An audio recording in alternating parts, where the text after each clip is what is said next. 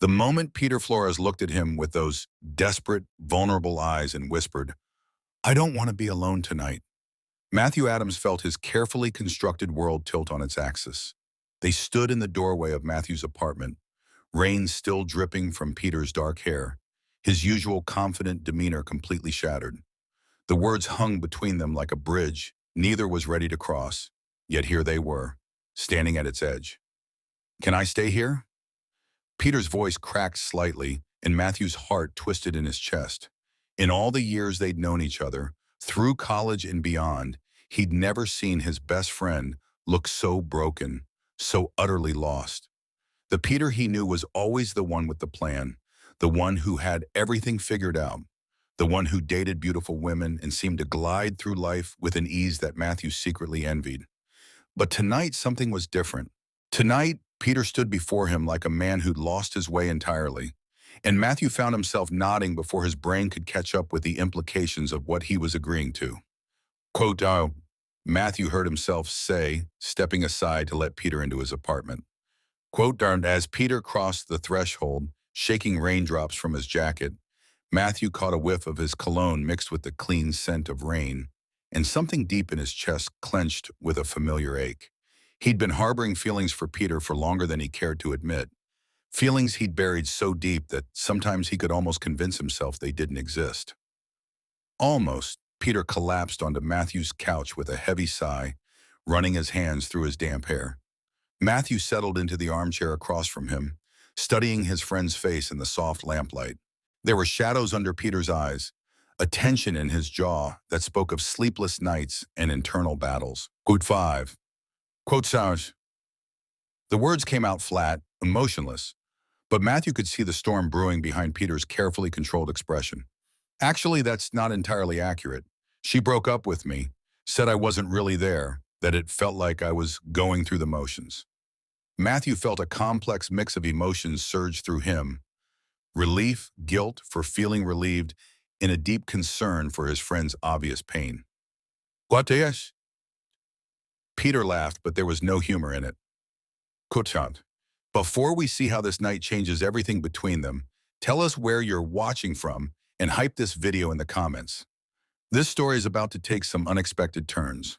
But to understand how they arrived at this moment, how two best friends found themselves on the precipice of something that could either destroy or transform their relationship, we need to go back to the beginning, when Matthew first realized that his feelings for Peter went far beyond friendship. It had started 3 years earlier, during their senior year of college. They'd been roommates since sophomore year, an arrangement that had felt natural and easy. Peter was studying business, Matthew was pursuing his degree in graphic design, and they'd fallen into a comfortable rhythm of shared meals, late-night conversations, and the kind of easy companionship that Matthew had never experienced with anyone else. Matthew had always known he was gay, though he'd never been particularly open about it. He'd had a few relationships in college, quiet affairs that never seemed to develop into anything serious. He told himself it was because he was focused on his studies, but deep down, he knew the truth. None of those men had made him feel the way Peter did just by walking into a room. The realization had hit him like a freight train one ordinary Tuesday evening. Peter had been stressed about a presentation, pacing their small dorm room and running his hands through his hair in that way he did when he was nervous. Matthew had been sitting on his bed, supposedly working on a design project, but really just watching Peter move around their space with that restless energy that was so uniquely him. "I can't get this right," Peter had muttered, flopping down on his own bed with a frustrated groan. "Professor Williams is going to tear this apart." "You're overthinking it," Matthew had said, setting aside his laptop. "You always do this, and you're always fine." Peter had turned to look at him then, and something in his expression had been so vulnerable, so grateful for the reassurance, that Matthew had felt his breath catch. The afternoon light streaming through their window had caught the gold flecks in Peter's brown eyes, and Matthew had found himself cataloging every detail of his friend's face as if seeing him for the first time. That was the moment when friendship had shifted into something deeper, more dangerous, more impossible to ignore. Matthew had excused himself to the bathroom, splashed cold water on his face, and stared at his reflection in the mirror, while his world rearranged itself around this new truth. He was in love with his straight best friend. From that day forward, every interaction had been colored by this knowledge. Every casual touch, every shared laugh, every moment of comfortable silence had taken on new meaning for Matthew while remaining completely innocent for Peter. It was a special kind of torture. Loving someone who could never love him back, not in the way he wanted. After graduation, they'd moved to the same city, found apartments within walking distance of each other, and maintained their friendship as if nothing had changed.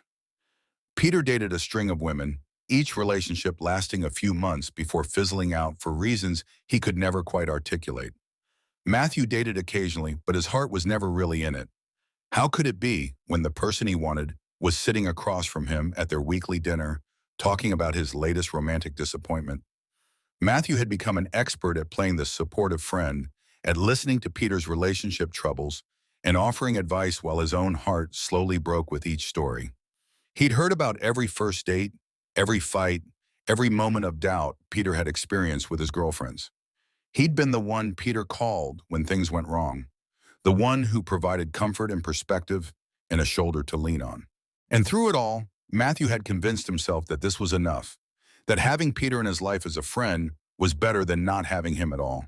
He'd built walls around his feelings, compartmentalized them so effectively that sometimes he could go days without the ache in his chest becoming unbearable. But tonight, with Peter sitting on his couch looking lost and broken, those walls were crumbling. Peter continued, his voice barely above a whisper. Quote 15. Matthew's throat felt tight. What do you mean? Peter was quiet for a long moment, staring at his hands. I mean, I cared about her, I really did. She's smart and funny and beautiful, and on paper we should have been perfect together. But there was always something missing. You know, some spark, some connection that I kept waiting to feel but never did. That doesn't mean there's anything wrong with you, Matthew said carefully. Sometimes people just aren't compatible, even when they should be. But it's not just Sarah, Peter said, finally looking up to meet Matthew's eyes. Quote 21. Matthew's heart was racing now, a dangerous hope beginning to bloom in his chest despite his best efforts to suppress it. Have you ever thought that maybe you're just looking for the wrong thing? What do you mean? The question hung in the air between them, loaded with possibility and peril. Matthew knew he was walking into dangerous territory, but something in Peter's expression, in the raw vulnerability he was showing, made him brave. Quote 24. Peter's brow furrowed. Like what? Matthew felt like he was standing on the edge of a cliff, about to jump without knowing if there was water below or jagged rocks. But Peter was looking at him with such trust, such openness, that he couldn't bring himself to deflect or change the subject. He said softly, quote 27. Peter was quiet for a long time, his gaze distant and thoughtful. When he finally spoke, his voice was so quiet Matthew had to strain to hear him. Quote 28. Matthew's breath caught. The way Peter was describing it, it sounded exactly like what Matthew felt when he was with him. But surely Peter couldn't mean, Matthew asked, his voice carefully neutral. Peter looked at him then, really looked at him, and something shifted in his expression. He said quietly, the silence that followed was electric, charged with unspoken possibilities. Matthew could hear his own heartbeat in his ears, could feel the weight of Peter's gaze like a physical thing. He was afraid to move, afraid to breathe, afraid that any sudden motion might shatter whatever fragile moment this was. Matthew, Peter said, and his voice was different now, softer, more uncertain. Can I ask you something? Anything. Have you ever wondered what it would be like to kiss someone of the same gender? The question hit Matthew like a lightning bolt. He stared at Peter, trying to process what he'd just heard, trying to understand what was happening. Was Peter really asking what he thought he was asking? Matthew started, then stopped. How was he supposed to answer that? With the truth? That he'd done more than wonder, that he'd kissed men before, that he'd been in love with a man for 3 years? Or should he deflect, protect himself and their friendship from the chaos that honesty might bring? I'm sorry, Peter said quickly, misreading Matthew's silence. At 39. Matthew reached out instinctively, his hand covering Peter's, where it rested on the couch cushion between them. The contact sent electricity shooting up his arm, and he saw Peter's eyes widen slightly at the touch. Quote 40. Peter's eyes searched his face. What do you mean? Matthew took a deep breath, knowing that once he said this, there would be no taking it back. I mean, I'm gay, Peter. I have been my whole life. I thought you knew. The confession hung between them like a bridge, and Matthew watched as understanding dawned in Peter's eyes. Not shock exactly, but recognition, as if pieces of a puzzle were finally clicking into place. Tafos, Peter said softly. Quotarse, quotaran, Matthew said, which was both true and a massive understatement. Quote Shen, he stopped himself before he could finish that sentence. Because I've been in love with you for 3 years.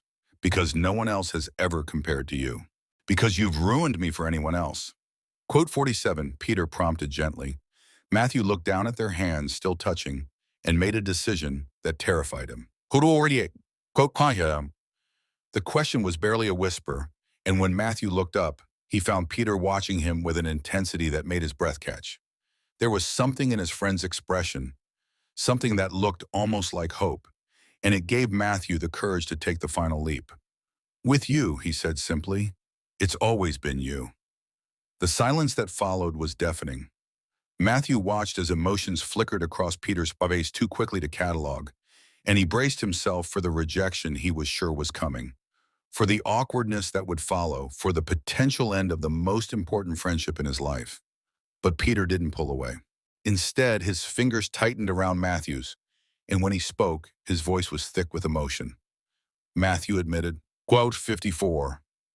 Peter was staring at him with an expression Matthew couldn't read. 3 years, he repeated softly. All this time you've been in love with you? Yes. The words felt both terrifying and liberating to say out loud. I'm sorry if that makes things weird between us. I never wanted to burden you with this. Burden me? Peter's voice cracked so lightly. Quote 60 to Matthew's heart was racing. What are you saying? Peter was quiet for a long moment, his thumb now tracing patterns on the back of Matthew's hand in a way that was definitely not platonic. Quote 62. The words hung in the air between them, revolutionary and terrifying and full of possibility. Matthew stared at Peter, hardly daring to believe what he was hearing. Quote after quote, sir, Peter said quickly, quote madam. Matthew felt like he couldn't breathe. Peter, I know this is crazy, Peter continued, his words coming faster now, as if he was afraid he'd lose his nerve if he slowed down. Bartol 68. Quote 69. Peter's eyes dropped to Matthew's lips for just a moment before meeting his gaze again. Quote 70. Yeah. Matthew's world tilted completely off its axis. Are you saying you have feelings for me? I'm saying I think I might be falling in love with you, Peter whispered, and it terrifies me, because I don't know what it means or what to do with it, but I can't ignore it anymore. The confession hit Matthew like a physical blow. After 3 years of loving Peter from a distance, of convincing himself that his feelings would never be returned, he could hardly process what he was hearing. I don't understand, he said weakly. You've never shown any interest in men before. I've never shown interest in anyone the way I feel about you, Peter said. Maybe I just didn't recognize it for what it was because I was so caught up in doing what I thought I was supposed to do, dating who I thought I was supposed to date. Peter shifted on the couch, turning to face Matthew more fully, and suddenly they were much closer than they had been moments before. Close enough that Matthew could see the flecks of gold in Peter's brown eyes. Close enough to count the freckles across his nose. Close enough to feel the warmth radiating from his skin. Dr. Kerman, Peter said softly, quote 79. Matthew's heart was pounding so hard, he was sure Peter could hear it. What? Can I kiss you? I need to know. I need to understand what this is. The question hung between them like a loaded gun. Matthew knew that once they crossed this line, there would be no going back. Their friendship would be forever changed, for better or worse. But looking into Peter's eyes, seeing the vulnerability and hope and fear reflected there, he found himself nodding. Quote 2, he whispered. Peter's hand came up to cup Matthew's face, his thumb brushing across his cheekbone with a gentleness that made Matthew's breath catch. For a moment, they just looked at each other, the weight of 3 years of unspoken feelings and newfound possibilities hanging between them. Then Peter leaned in, closing the distance between them with agonizing slowness, giving Matthew every opportunity to pull away. But Matthew didn't want to pull away. He dreamed of this moment for so long that it felt surreal, like something his desperate mind had conjured up. When their lips finally met, it was soft and tentative at first, a question more than a statement. But as soon as they made contact, something electric passed between them, and the kiss deepened. Peter's other hand found the back of Matthew's neck, fingers threading through his hair, and Matthew melted into the touch with a soft sound that was part relief and part desperate longing. The kiss was everything Matthew had imagined and nothing like he'd expected. It was gentle and fierce at the same time, tentative and sure, familiar and completely new. Peter kissed him like he was something precious, something worth savoring. And Matthew felt 3 years of pent-up emotion pour out of him all at once. When they finally broke apart, both breathing heavily, they stayed close, foreheads touching, eyes closed. Code 83. Peter breathed, and the wonder in his voice made Matthew's heart clench. Yeah, Matthew whispered back. Oh. They stayed like that for a long moment, just breathing the same air, processing what had just happened. When Peter finally opened his eyes, there were tears in them. I had no idea, he said softly. I had no idea it could feel like that. Matthew's chest tightened with emotion. That's how you quote 89, Peter said without hesitation. Quote 90. The words hit Matthew like a physical blow, and he felt tears prick at his own eyes. Quote 90, quote, Peter admitted, his voice barely audible. Quote, quote, Matthew said quickly, though his heart was breaking, even as he said it. Quote 95. Quote, the question was simple, but the answer was anything but. What Matthew wanted was to kiss Peter again, to hold him, to explore these feelings that had been locked away for so long. But what he wanted and what was realistic were two very different things. Quote 7, he said finally, which was both completely true and completely inadequate. Peter pulled back slightly, studying Matthew's face. That's not what I asked. I asked what you want. Matthew looked into Peter's eyes, seeing the genuine curiosity there, the openness, and decided to be brave one more time. He said simply, Peter's expression softened. Is that what you think this is, an experiment? Isn't it? No, Peter said firmly. I mean, yes, this is new for me, and yes, I'm figuring things out. But Matthew, what I feel for you isn't some passing curiosity. It's not some midlife crisis or rebound from Sarah. It's real, and it's been building for longer than I realized.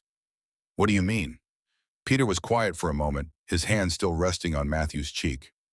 What, Art? Matthew's breath caught. You think you've been in love with me? I think I know I have been, Peter corrected softly. I think that's why none of my other relationships worked. I think that's why I always felt like something was missing. I was comparing everyone to you, and they all came up short. The confession was so much more than Matthew had ever dared to hope for. But you never said anything, never gave any indication. Because I didn't understand what it was, Peter said. I've been taught my whole life that love looks a certain way, that relationships follow a certain pattern. It never occurred to me that what I was feeling for you was romantic love because you're a man, and I thought I was straight. Matthew studied Peter's face, looking for any sign of uncertainty or doubt, but all he saw was sincerity and a vulnerability that took his breath away. Matthew asked. Peter's thumb traced across his cheekbone again, and the simple touch sent shivers down Matthew's spine. Quote 1 and 4 time, he said honestly. Quote 1 5 and quote Shema, Matthew said quickly. Quote women, quote button, quote one. Matthew said with a small smile. Quote 20. Peter's eyes searched his face. You really mean that? I really mean that. Peter leaned in again, and this time when he kissed Matthew, there was less hesitation and more certainty. It was deeper, more confident, and Matthew could taste the promise in it, the commitment to figuring this out together. When they broke apart this time, Peter rested his forehead against Matthew's and smiled. It's one, quote born for you, Matthew said, smiling back. Quote 25, quote 26, Peter repeated like he was testing the word. Quote Hawaiian. They stayed curled up on the couch for the rest of the night, talking in soft voices about everything and nothing, about their fears and hopes and the uncertain future stretching out before them. Peter asked questions about Matthew's past relationships, about how long he'd known he was gay, about what it meant to come out. Matthew answered as honestly as he could, while also asking his own questions about how Peter was feeling, what this meant for him, what he needed. As the night wore on, they gradually moved closer together until Peter was curled against Matthew's side with his head on his shoulder. It felt natural and right in a way that made Matthew's chest tight with emotion. This was what he dreamed of for 3 years, this simple intimacy, this feeling of belonging. Matthew? Peter's voice was soft, drowsy. Quote 129, quote 130, quote uswarding, quote what. Matthew pressed a kiss to the top of Peter's head, breathing in the familiar scent of his shampoo. You weren't stupid. You were just figuring things out. I'm still figuring things out, Peter admitted. That's okay. We have time. Peter tilted his head up to look at Matthew, and the trust in his eyes was overwhelming. Do we? Have time, I mean? All the time in the world, Matthew said and meant it. I've waited 3 years for you, Peter. I can wait however long you need to be sure about this. I am sure about this, Peter said firmly. I'm sure about you, about us. I might not know what comes next, but I know I want to find out with you. 3 weeks later, Matthew woke up to the smell of coffee and the sound of Peter humming in the kitchen. It was a Saturday morning and sunlight was streaming through the windows of what had become their shared apartment. Peter had officially moved in the week before, though he'd been spending every night there since that first evening when everything changed. Matthew stretched and smiled, still not quite believing this was his life now. Peter Flores, the man he'd been in love with for 3 years, was making him coffee and humming what sounded like a love song. It felt like a dream, the kind of dream he'd had so many times that waking up to find it real still caught him off guard. He padded to the kitchen in his pajamas and found Peter standing at the counter, already dressed in jeans and a soft blue sweater that made his eyes look even more beautiful than usual. Peter looked up when he entered and smiled, the kind of smile that lit up his entire face. Code 141, Peter said, crossing to him and wrapping his arms around Matthew's waist. The gesture was so natural, so easy, that it was hard to believe they'd only been together for 3 weeks. Matthew replied, leaning into the embrace. Quote 143. Quote or admitted, pressing a soft kiss to Matthew's temple. Too excited about today. Today was the day they were going to Peter's parents' house for dinner, the day Peter was going to come out to his family and introduce Matthew as his boyfriend. It was a big step, one they'd talked about extensively, and Matthew could feel Peter's nervous energy even through his excitement. How are you feeling about it? Matthew asked, pulling back to study Peter's face. Quote 147 Mom, Peter said honestly. Quote 148. Matthew's heart clenched with love and pride.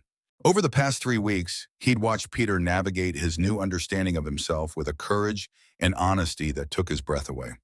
There had been moments of doubt, moments of fear, but Peter had faced each one head on, determined to build a life that felt authentic to who he was becoming. What wondered for, Peter continued, his hands coming up to frame Matthew's face. How could they not? You're amazing. I'm nervous, Matthew admitted. What if they don't accept us? What if this changes your relationship with them? Then that's their loss, Peter said firmly. Matthew, you are the best thing that's ever happened to me. Anyone who can't see that isn't worth worrying about. The certainty in his voice, the unwavering conviction, made Matthew's eyes well up with tears. Quote 155, he said softly. Quote 156. Peter replied, and even though they'd said it before, it still sent a thrill through Matthew every time. More than I knew was possible. Peter leaned in and kissed him, soft and sweet and full of promise. When they broke apart, Matthew rested his forehead against Peter's and closed his eyes, savoring the moment. Matthew said, Peter agreed, and Matthew could hear the smile in his voice. Later that evening, as they sat on Peter's parents' couch with Peter's hand clasped firmly in his, Matthew marveled at how well the day had gone. Peter's parents had been surprised, certainly, but they'd also been loving and accepting in a way that had brought tears to Peter's eyes. His mother had hugged Matthew and told him she'd never seen her son look so happy. His father had shaken his hand and said he was glad Peter had found someone who clearly cared about him so much. There had been questions, of course, in some awkward moments as everyone adjusted to this new reality. But there had also been laughter and warmth and the unmistakable feeling of family, of belonging. That went better than I expected, Peter said softly as they drove home, his hand resting on Matthew's thigh. Quote Buster Down, Matthew replied. Quote Baraita. Peter squeezed his leg gently. Quote Osara and quote him. Peter was quiet for a moment, and when Matthew glanced over, he saw tears in his boyfriend's eyes. What's wrong? Matthew asked, concerned. Nothing's wrong, Peter said quickly. I'm so grateful. For you, for this, for finally understanding who I am and what I want. I spent so many years feeling like I was sleepwalking through my life, and now I feel more awake than I ever have. Matthew pulled into their driveway and turned to face Peter fully. I'm grateful too. I never thought this could happen. Never thought you could feel about me the way I felt about you. This feels like a miracle. Peter unbuckled his seatbelt and leaned across the console to kiss Matthew, deep and passionate and full of love. Not a miracle, he said against Matthew's lips. Quote 171. As they walked into their apartment hand in hand, Matthew reflected on the journey that had brought them here. 3 years of secret longing, one night of desperate honesty, and 3 weeks of building something beautiful together. It hadn't been easy, and Matthew knew there would be challenges ahead as Peter continued to navigate his new understanding of himself, and they built their relationship together. But looking at Peter now, seeing the peace and happiness in his expression, Matthew knew they could handle whatever came next. They had each other, they had love, and they had the courage to face the future together. Matthew, Peter said as they settled onto their couch, the same couch where everything had changed 3 weeks ago. Yeah? Do you ever think about what would have happened if I hadn't come here that night? If I'd gone home instead, dealt with my breakup alone? Matthew considered the question seriously. I think you would have figured it out eventually. Maybe not with me, but you would have realized what was missing from your life. But would we have found our way to each other? I don't know, Matthew said honestly, but I like to think we would have. I like to think that what we have is strong enough that it would have found a way. Peter smiled and curled up against Matthew's side, exactly like he had that first night. Quote 179, they sat in comfortable silence for a while, just enjoying each other's presence. Outside it had started to rain again, just like it had the night Peter showed up at Matthew's door, looking lost and broken. But inside their apartment, everything was warm and bright and full of possibility. Quote 180. Peter said suddenly, sitting up and reaching into his pocket. Quote, what do you want, Matthew asked, curious. Peter pulled out a small wrapped package and handed it to him with a shy smile. Quote 180. Matthew unwrapped the gift carefully, revealing a simple silver bracelet with a small charm in the shape of a key. Quote 183. Quote 184. Peter said softly. Matthew turned the charm over and saw 2 words engraved in tiny script. Quote 185. Quote. His breath caught. Quote 186. Quote 187. Quote, Peter explained. His cheeks flushed with embarrassment. Quote 188. Matthew felt tears prick at his eyes as he looked at the bracelet, then at Peter's hopeful, nervous expression. Will you put it on me? Peter nodded, taking the bracelet with gentle hands and fastening it around Matthew's wrist. The metal was warm from Peter's pocket, and Matthew knew he'd never take it off. Quote 190. Matthew said, his voice thick with emotion. Quote 191. Quote 192. Peter asked, echoing a conversation they'd had in those early days when everything was new and uncertain. Good scared, Matthew replied without hesitation. The kind of scared that means something matters. The kind of scared that means you have something worth protecting. Peter leaned in and kissed him again, soft and lingering. We have something worth protecting, he agreed. We have each other. As they settled back into each other's arms, Matthew thought about the journey that had brought them to this moment. The years of friendship, the secret longing, the night of desperate honesty that had changed everything. It hadn't been easy, and he knew there would be more challenges ahead. Coming out was a process, not a single event, and Peter would have to navigate that journey in his own time and his own way. But they would face it together. They would build their life together one day at a time, one moment at a time. They would create new traditions, new memories, new ways of being in the world as a couple. Matthew? Peter's voice was soft, drowsy. Matthew pressed a kiss to the top of Peter's head. breathing in the familiar scent that had become synonymous with home. Thank you for being worth waiting for. Outside, the rain continued to fall, but inside their apartment, wrapped in each other's arms, everything was perfect. Matthew looked down at the bracelet on his wrist, at the words, quote, 201, quote, glinting in the lamplight, and smiled. He was home. After years of loving from a distance, after years of thinking his feelings would never be returned, he was finally, truly home. And so was Peter. 6 months later, Matthew stood in the kitchen of their apartment, the same kitchen where Peter had made him coffee that Saturday morning before they went to meet his parents. But now the space felt different, more settled, more theirs. Peter's coffee mug sat next to Matthew's in the sink.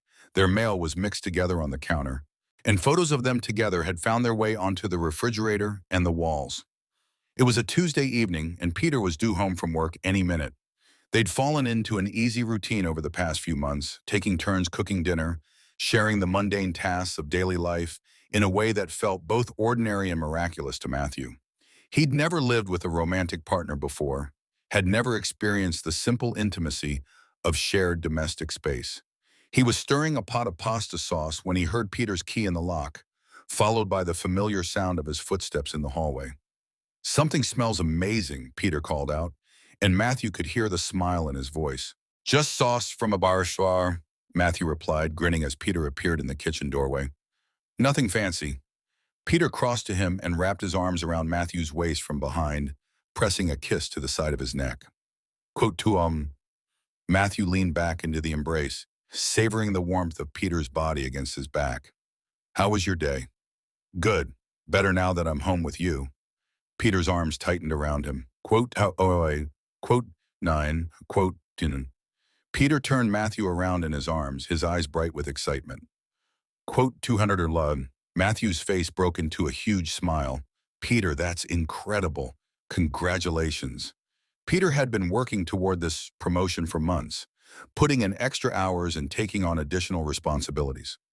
Matthew had watched him stress about it, had listened to him practice presentations, and had reassured him when his confidence wavered. "I can't believe it," Peter said, shaking his head in amazement. "Senior account manager. My own team. It's everything I've been working toward." "You deserve it," Matthew said firmly, cupping Peter's face in his hands. Quote to such thing. Peter's expression softened. "I couldn't have done it without you. Having you here, having this to come home to, it gave me the confidence to really go for it." Matthew felt his chest tighten with emotion. "I'm so proud of you." Peter leaned in and kissed him, deep and passionate and full of joy. When they broke apart, both were breathing hard. "We should celebrate," Matthew said. "Dinner out? That nice Italian place you love?"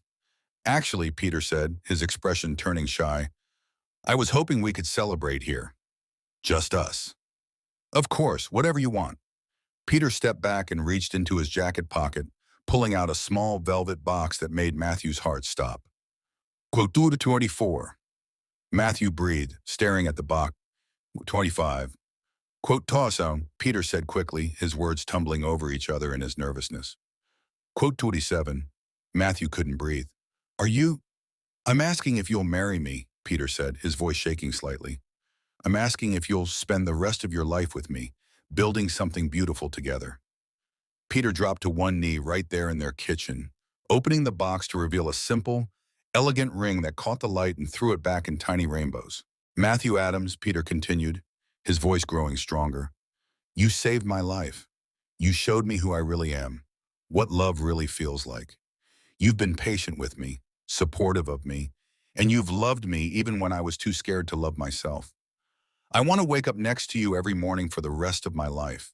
I want to grow old with you, face whatever comes our way together. Will you marry me?" Matthew stared down at Peter, at this man he'd loved for so long, at the ring sparkling in the kitchen light, and felt his entire world shift once again. But this time, it wasn't the terrifying shift of uncertainty. It was the shift of everything falling perfectly into place. "Yes," he whispered. Then louder, "Yes, of course, yes." Peter's face broke into the brightest smile Matthew had ever seen as he slipped the ring onto Matthew's finger. It fit perfectly, as if it had been made specifically for him.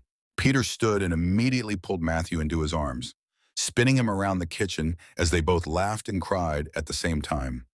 I love you, Peter said against Matthew's lips. Quote 236, quote Diaphatum. Matthew replied, looking down at the ring on his finger in amazement. Quote 238, quote Deuteronomy, Peter said firmly. Quote Tortum. That night they lay in bed talking about their future, about the wedding they wanted to plan, about the life they would build together. Peter talked about wanting to travel, about places he wanted to show Matthew, about adventures they could have together. Matthew talked about the home they would create, about the traditions they would establish, about growing old together. Quar 41. Peter asked, his head resting on Matthew's chest. I think we'll have challenges, Matthew said honestly, running his fingers through Peter's swassed hair. Matthew thought about it for a moment. Quote 2 at 45. Peter tilted his head up to look at Matthew. Quote Thailand, quote Thailand, quote Thailand. Peter's hand found Matthew's over his heart. Quote Thailand, Matthew felt tears prick at his eyes. Quote Tutti. Quote 251, Peter said softly. Quote Thailand. They talked until the early hours of the morning, making plans and sharing dreams, and marveling at the journey that had brought them to this moment. When they finally fell asleep, they were tangled together in the middle of their bed, Matthew's new engagement ring catching the moonlight streaming through their window. A year later, Matthew stood at the altar of a small chapel, watching as Peter walked down the aisle toward him. Peter looked incredible in his dark blue suit, his hair perfectly styled, his smile so bright it could have powered the entire building. But what took Matthew's breath away wasn't how handsome Peter looked. It was the expression in his eyes. Pure joy, pure love, pure certainty. The ceremony was small, intimate, filled with the people who mattered most to them. Peter's parents sat in the front row, his mother dabbing at her eyes with a tissue, his father beaming with pride. Matthew's own family was there too, along with their closest friends. All of them gathered to celebrate this love that had started as friendship and grown into something extraordinary. When Peter reached the altar, he took Matthew's hands in his and squeezed gently. He whispered, just for Matthew to hear. Matthew whispered back, unable to stop smiling. The ceremony was beautiful, filled with personal vows that had most of the guests in tears. Peter spoke about finding himself through loving Matthew, about learning what it meant to be authentic and true. Matthew spoke about patience and faith, about believing that love would find a way even when it seemed impossible. When the officiant pronounced them married and told them they could kiss, Peter cupped Matthew's face in his hands and kissed him with everything he had. The chapel erupted in applause and cheers, but all Matthew could hear was his own heartbeat and Peter's whispered, quote, 255, quote, against his lips. The reception was held in the garden behind the chapel, strung with fairy lights and filled with laughter and music and joy. Matthew and Peter's first dance was to the song that had been playing on the radio the morning after their first night together, and as they swayed together under the stars, Matthew marveled at how far they'd come. Quote 256. Peter asked softly as they danced, echoing the question he'd asked that first night. Only that it took us so long to get here, Matthew replied, pulling Peter closer. I don't regret that, Peter said. I think we needed that time, needed to become the people we had to be to make this work. I needed to understand myself, and you needed to learn to believe that you deserve to be loved this way. Matthew looked into Peter's eyes, seeing the wisdom there, the contentment, the absolute certainty. Quote 260. Peter replied, and they both laughed at how strange and wonderful the words sounded. Later that evening, as they said goodbye to their guests and prepared to leave for their honeymoon, Peter's mother pulled Matthew aside. Thank you, she said, her eyes bright with tears. For what? Matthew asked, confused. For saving my son, for helping him find himself. I've never seen him as happy as he's been since he met you, and I know that's because of the love you've given him. Matthew felt his own eyes well up. He saved me too. We saved each other. She hugged him tightly. That's what the best love stories are about, aren't they? Two people who make each other whole. As they drove away from the reception, Peter's hand clasped in his, Matthew thought about those words. Two people who make each other whole. It was exactly what they'd done for each other, exactly what they would continue to do for the rest of their lives. "What are you thinking about?" Peter asked, noticing Matthew's contemplative expression. 268. Peter brought their joined hands to his lips and pressed a kiss to Matthew's wedding ring. "It's only the beginning, you know.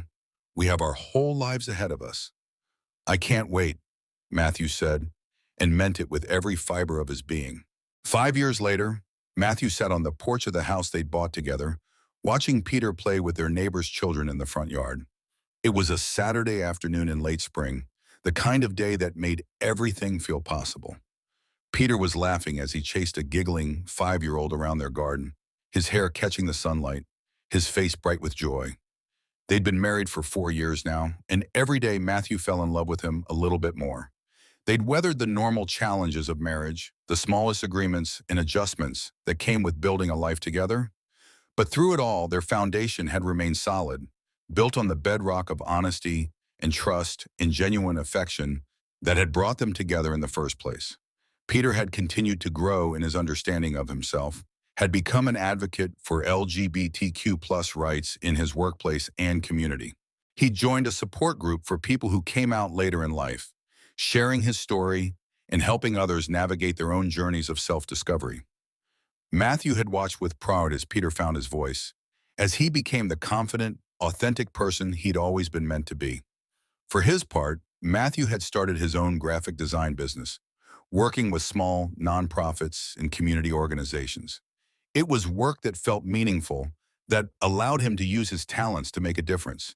Peter had been his biggest supporter, helping him with business plans and marketing strategies, and believing in him even when he doubted himself. "Uncle Matthew," the little girl Peter was chasing called out, "come play with us." Matthew smiled at the title. They weren't technically uncles to any of these children, but the neighborhood kids had adopted them as honorary family members. It was something that had surprised and delighted both of them. This sense of belonging in their community, this feeling of being part of something larger than themselves. Quote to 273, Matthew called back, content for now to watch Peter play. There was something magical about seeing him like this, so carefree and happy, so completely comfortable in his own skin. Peter caught the little girl and spun her around, both of them laughing with pure joy. When he set her down, his eyes found Matthew's across the yard, and the look that passed between them was full of love and contentment and shared understanding. Later that evening, after the children had gone home and they'd eaten dinner together on the porch, Peter curled up next to Matthew on their porch swing. Quote 274. Peter said, his head resting on Matthew's shoulder. "About what?" "About how lucky we are. About how easily we could have missed this, missed each other." Matthew pressed a kiss to the top of Peter's head. Quote 277. Quote, Peter agreed. Quote 279. Quote, waiting, Matthew said gently. Quote 281. Peter tilted his head up to look at Matthew. Quote, tell you do, but then, quote, do you read? Matthew admitted. Quote 24. Quote 12. Peter said softly. Quote, Hubashidin. Quote, President Matthew corrected. Quote to it. Peter smiled and settled back against Matthew's shoulder. Together, I love that word. As they swung gently in the evening air, watching the sun set over their neighborhood, Matthew reflected on the journey that had brought them here. From that desperate night when Peter had shown up at his door, to their first kiss on his couch, to their wedding day, to this perfect moment of domestic bliss. It hadn't always been easy. There had been moments of doubt, moments of fear, moments when the weight of building a life together had felt overwhelming. But they'd faced each challenge as a team, supporting each other through the difficult times and celebrating together during the good ones. Matthew? Peter's voice was soft, drowsy. Quote 221, quote 292, quote Darn, Peter chuckled. Quote Dwayne Sharon, quote Tasher, quote Tristan, Peter said, but there was laughter in his voice. Quote, Matthew's chest tightened with emotion. I love getting old with you too. As the stars began to appear in the darkening sky, they continued to swing gently, wrapped in each other's arms, and in the comfortable silence of two people who had found their home in each other. Matthew looked down at his wedding ring, still bright and new-looking after 4 years, then at Peter's matching band. They'd made it. Through all the uncertainty and fear and challenges of the early days, they'd built something lasting and beautiful. They'd created a life together that was everything Matthew had dreamed of, during those long years of secret longing. "Dud 119, quote in, quote on, quote," Peter replied without hesitation. Quote threatened always. It was a promise they'd made to each other on their wedding day, a commitment they renewed every morning when they woke up together and every evening when they came home to each other. It was the foundation of everything they'd built, the bedrock of their shared life. Matthew closed his eyes and let himself sink into the moment, into the feeling of Peter warm and solid against his side, into the knowledge that this was his life now. This love, this partnership, this sense of belonging and being known and being cherished. It was everything he'd ever wanted and more than he'd ever dared to hope for. 10 years later, Matthew stood in the kitchen of their home, the same kitchen where Peter had proposed all those years ago. But now it was different, bigger, brighter, filled with the chaos and joy of family life. Drawings covered the refrigerator, small shoes were scattered by the back door, and the sound of children's laughter echoed from the living room. They had two children now, adopted siblings they'd welcomed into their family 3 years earlier. Emma was 8, bright and curious, and full of questions about everything. James was 6, quieter but equally intelligent, with a love for books that rivaled Matthew's own. Both children had adjusted beautifully to their new family, and Matthew and Peter had discovered that they were indeed amazing fathers together. "Dad, Emma's not sharing the blocks," James called from the living room, using the title that still made Matthew's heart swell with pride and love. Quote 305. Peter's voice called back, patient but firm. "Sharing is caring." Matthew smiled as he heard Emma's dramatic sigh, followed by the sound of blocks being distributed. Peter had a gift with the children, a natural patience and understanding that made him an incredible father. Watching him with Emma and James had only deepened Matthew's love for him, had shown him new facets of the man he'd married. Quote 307. Peter asked, appearing in the kitchen doorway with James clinging to his leg and Emma trailing behind. Quote 308. Matthew replied, stirring the pot of chili he'd been working on. "How was everyone's day?"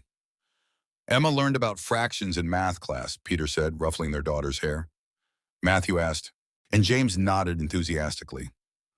Matthew's chest tightened with emotion at the simple statement.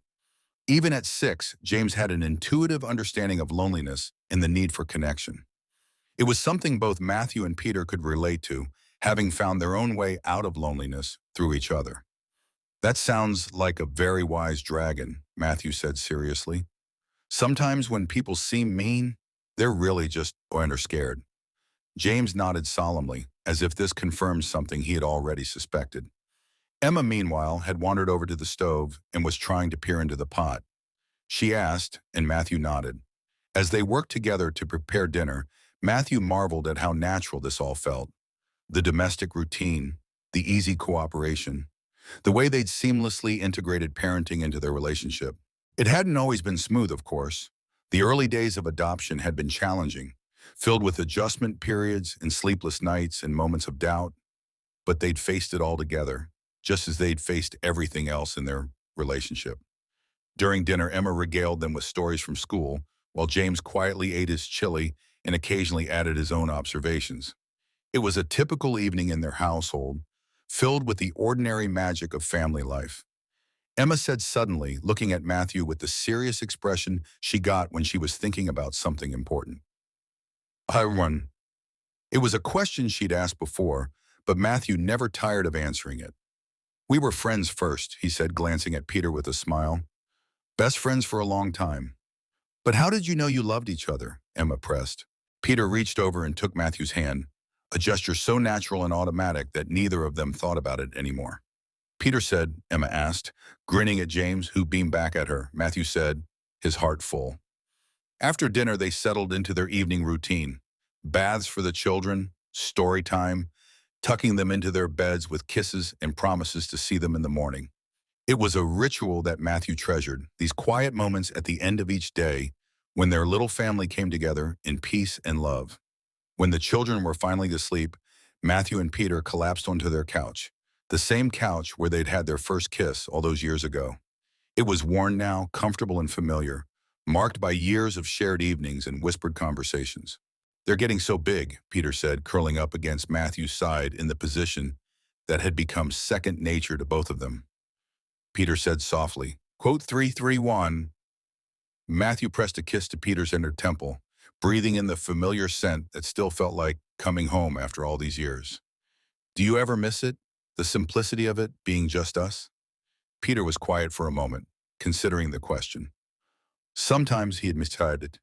I miss the spontaneity, the ability to just decide to go away for a weekend or stay in bed all morning. But I wouldn't trade this for anything. This chaos, this beautiful mess we've created together, it's everything I never knew I wanted. Even when Emma decides to reorganize the entire living room at 6 in the morning, especially then, Peter said with a laugh, she gets that from you, that need to create order out of chaos. And James gets his love of books from you. I caught Ian reading under the covers with a flashlight last night. Did you tell him he'd ruin his eyes? Of course, just like your mother told you when you were his age. Peter chuckled. The circle of parenting continues. They sat in comfortable silence for a while, just enjoying each other's presence in the quiet of their home. Outside, the world continued its busy pace, but inside their living room, everything was peaceful and right. Matthew smiled. Quote 345, quote 3 Peter said softly. Quote 347, quote Matthew said firmly. Quote 49, quote 350, Peter admitted. Quote 351, quote 352. Peter tilted his head up to look at Matthew, his eyes bright with love and contentment. Quote 353. Matthew felt his chest tighten with emotion. Quote 354, he said simply, because even after all these years, it was still the most important thing he could say. Quote 355. Peter replied, within, quote 356. As they prepared for bed that night, going through the routine they'd perfected over years of marriage, Matthew caught sight of himself in the bathroom mirror. He was older now, lines around his eyes and gray threading through his hair. Peter was aging too, but to Matthew, he was still the most beautiful man in the world. What are you thinking about? Peter asked, noticing Matthew's contemplative expression. Peter said, echoing the words Matthew had spoken years earlier. Quote 361. Matthew nodded, thinking about the journey that had brought them here. From friendship to love, from uncertainty to commitment, from a couple to a family. Each step had built on the last, creating something solid and beautiful and lasting. As they settled into bed, Peter curled up against Matthew's side in the position they had been sleeping in for over a decade. It was a comfort that never got old, this feeling of belonging, of being exactly where he was supposed to be. Peter whispered, pressing a soft kiss to Matthew's chest. Sweet dreams, Matthew replied, his arm tightening around his husband. As he drifted off to sleep, Matthew thought about the future stretching out before them. More years of watching their children grow, more adventures to share, more challenges to face together. He thought about growing old with Peter, about the kind of love that lasted a lifetime and beyond. He thought about that desperate young man who had shown up at his door all those years ago, not knowing what he needed but trusting Matthew enough to ask for help. He thought about his own younger self, so certain that his love would never be returned, so resigned to a life of longing from a distance. Neither of them could have imagined this future, this beautiful life they'd built together. Sometimes the most extraordinary love stories began with the simplest words. Quote 364, quote. And sometimes, if you were very lucky, those words led to a lifetime of never being alone again. 15 years after that first desperate night, Matthew woke up in their bed to find Peter already awake, watching him with the soft smile that still made his heart skip a beat. Quote 365. Peter whispered, reaching out to trace the line of Matthew's jaw with gentle fingers. Good morning, Matthew replied, catching Peter's hand and pressing a kiss to his palm. Quote 367, quote Asheron, quote France. Peter's smile deepened. About how perfect this is. Waking up next to you, knowing our kids are safe in their beds down the hall, knowing we have this whole beautiful day ahead of us together. Matthew felt his chest warm with love. It is perfect, isn't it? It's more than perfect. It's everything I never knew I was looking for. They lay there for a few more minutes, just enjoying the quiet intimacy of the early morning, before the sounds of their children, waking up, began to filter down the hallway. Dad! Daddy! Emma's voice called out. Quote 374, quote 375. James called back indignantly. Peter and Matthew looked at each other and burst into laughter. Quote 376. Peter said, pressing a quick kiss to Matthew's lips before getting up to referee their children's morning routine. Matthew lay in bed for another moment, listening to the sounds of his family starting their day. Peter's patient voice explaining the importance of sharing bathroom time, Emma's dramatic sighs, James's quiet but determined responses. It was chaos, and it was beautiful, and it was theirs. He thought about that night 15 years ago, when Peter had stood in his doorway, broken and desperate, and asking not to be alone. How could either of them have known that moment would lead to this? How could they have imagined that one night of honesty and vulnerability would create a love story that would span decades? "Dad, are you coming?" Emma called from the hallway. "Daddy's making pancakes." "On my way, sweetheart," Matthew called back, smiling as he got out of bed and headed toward the sound of his family. As he walked down the hallway, past the photos that chronicled their life together, past the children's artwork hanging on the walls, past all the evidence of the beautiful, chaotic, perfect life they'd built together, Matthew felt a deep sense of gratitude wash over him. For Peter's courage that night so long ago, for his own decision to be honest about his feelings, for the love that had grown between them, steady and strong and true, for the family they'd created, the home they'd built, the future they would continue to write together. In the kitchen, he found Peter at the stove, flipping pancakes while Emma and James set the table around him. The morning light streamed through their windows, illuminating the scene with golden warmth, and Matthew paused in the doorway just to take it all in. This was his life, this love, this family, this home. It had started with a simple request from a friend who didn't want to be alone, and it had grown into something more beautiful than either of them had ever dared to dream. Peter looked up and caught him watching, and the smile that spread across his face was radiant with happiness. "Come on," Peter said, holding out his hand. "Breakfast is ready." Matthew crossed the kitchen and took Peter's hand, letting himself be pulled into the warm circle of their family. As they sat down to eat together, Emma chattering about her plans for the day, and James quietly reading the back of the syrup bottle, Matthew felt the deep contentment that came from being exactly where he belonged. Sometimes love arrived like lightning, sudden and dramatic and impossible to ignore, but sometimes it grew slowly, quietly, like a seed planted in good soil and tended with care over many seasons. Sometimes it began with friendship and patience and the courage to tell the truth when it mattered most. And sometimes, if you were very, very lucky, it lasted forever. Matthew looked across the table at Peter, at this man who had changed his life in the most beautiful way possible, and smiled. They had built something extraordinary together, something that would last long after they were gone, something that would live on in the hearts of their children and the love they had shared. It had all started with a simple truth. Nobody should have to be alone when they didn't want to be. And now, surrounded by the family they had created and the love they had nurtured, neither of them ever would be alone again.